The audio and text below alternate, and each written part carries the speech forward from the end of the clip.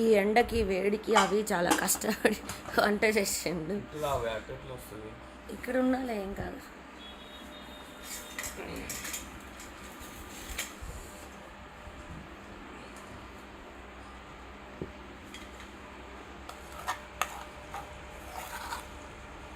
ఏదా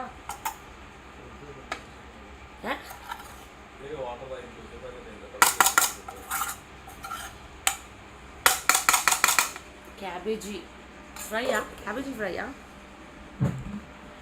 cabbage fry.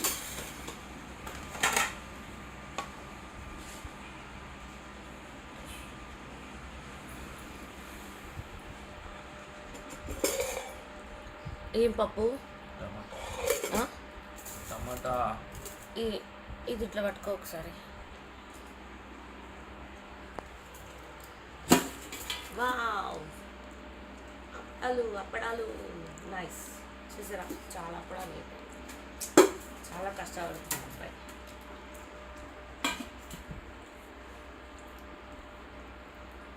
You know నేను ఒక మూవీ చూస్తున్నా. అవును, మూవీ నేమ్ వచ్చేసి ద గాజీ అటాక్. సో ఈ మూవీ ఆల్రెడీ నేను ఎప్పుడో తెలుగులో చూసేసాను. తెలుగులో కూడా ఏదో ఉంటుంది 1997 సంథింగ్, నాకు అంత ఐడియా లేదు.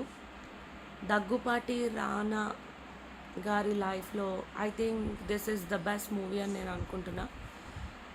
బికాజ్ ఎందుకంటే మనం చూసే లైఫ్ తాగుడు, తిరుగుడు, ఎంజాయ్ చేసుడు ఇదంతా ఒక్కటి అయితే ఈ రోజున మనం ఇక్కడ ఉన్నాం, ఇట్లా హ్యాపీగా ఎంజాయ్ చేసినాం అంటే బోర్డర్లో మన ఇండియన్ ఆర్మీ కావచ్చు, మన ఇండియన్స్ కావచ్చు, అంటే నేలపైన ఫైటింగ్స్ చేయడం, ఆన్ ఎయిర్ గాలిలో ఫైటింగ్స్ చేయడం కాకుండా ఇన్సైడ్ ద వాటర్